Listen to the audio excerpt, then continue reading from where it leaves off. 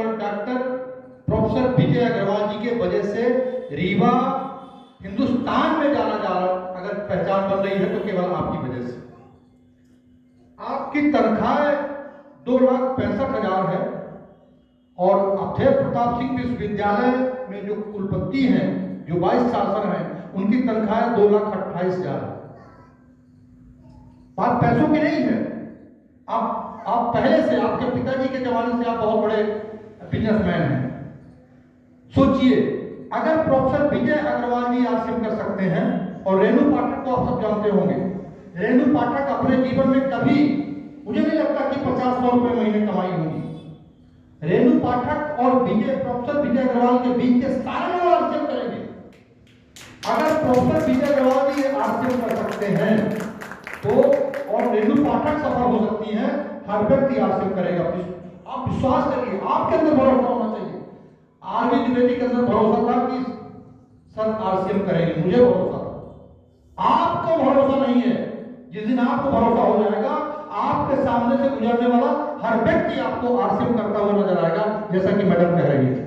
तो मैं बहुत सम्मान के साथ माइक देना चाहूंगा सर को, और आप ओपनर जैसे लेवल पे है। ओपनर के बारे में मैं बता दूं, आज जब भी मेरी साइड खुलती है तो उसमें लिखा होता है स्टार एमराल्ड, मेरा एक लेवल है, मेरी पहचान है। उसी प्रकार से जब सर की साइड खुलती है, उसमें ओपनर, वो कंपनी की पिन है, कंपनी के लेवल पे। ठीक है, मैं थोड़ा सा पहले आ गया तो मेरा लेवल स्टार एमराल्ड का है, आप थोड़ा सा बाद में आए तो आपका लेवल एमराल्ड का है, और सर का लेवल ओपनर का है, लेकिन वो कंपनी की भी पिन है। अब आप कंपनी के पिन रिसीवर है, तो मैं बहुत सम्मान के साथ ये माइक्रोफोन सर को दूंगा। Sir please. जय आरसीएम। सबसे पहले तो मैं आदरणीय द्विवेदी जी का धन्यवाद करना चाहूँगा कि उन्होंने देर से ही सही लेकिन मुझे दुरुस्त किया, और मैं अपनी पत्नी के साथ, डॉक्टर साधना अग्रवाल मेरी पत्नी हैं, उनके साथ मिलकर आरसीएम कर रहा हूँ। आपको ताज्जुब होगा कि मैं हर साल कितना इनकम टैक्स देता हूँ, कोई अंदाज लगा सकता है? मैं 7 लाख रुपए इनकम टैक्स देता हूँ। 7 लाख रुपए छोटा अमाउंट नहीं होता। सबसे बड़ा अपनी यूनिवर्सिटी में इनकम टैक्स पे मैं ही हूँ। और मुझे आरसीएम ने क्यों अपील किया, मैं इसको भी शेयर करना चाहूँगा। जब मुझे मालूम चला कि आरसीएम भविष्य की सिक्योरिटी देता है। मैं प्रोफेसर हूँ, मेरा बच्चा इंजीनियर है, और मैं अगर चाहूँ कि उसे प्रोफेसर बना दूँ तो मैं नहीं बना सकता उसको प्रोफेसर, उसको स्ट्रगल करना पड़ेगा। मैं रिटायर हो जाऊंगा अगले साल, और मेरी तनख्वाह घट के आधी रह जाएगी, 50%। और किसी वजह से कोई अमर होकर आया नहीं है जीवन में, और सबको एक दिन जाना है ऊपर, और अगर पेंशन लेने वाला ऊपर गया तो उसके परिवार की पेंशन वो भी आधी हो जाती है।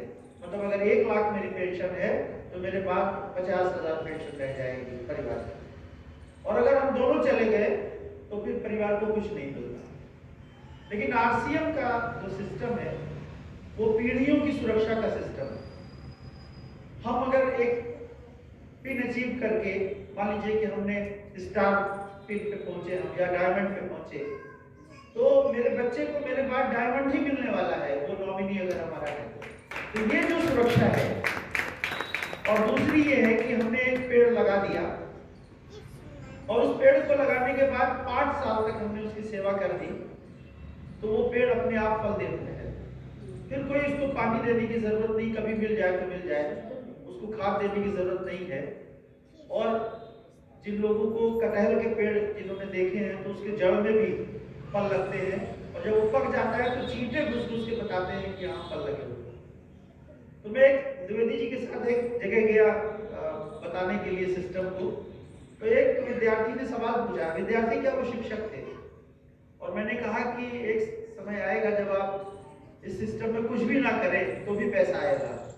तो उन्होंने खड़े होकर कहा कि सर ये बात हजम नहीं होती कि आप कुछ भी नहीं करें और पैसा आएगा, ऐसा कोई सिस्टम हो सकता है क्या?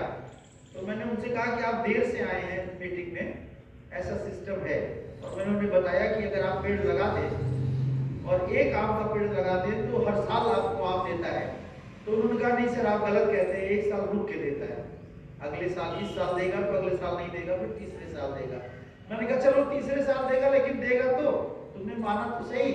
हम आम के पेड़ की बात कर रहे हैं, बहुत सारे ऐसे पेड़ होते हैं जो हर साल फल देते हैं। आंवले का पेड़ दे दीजिए।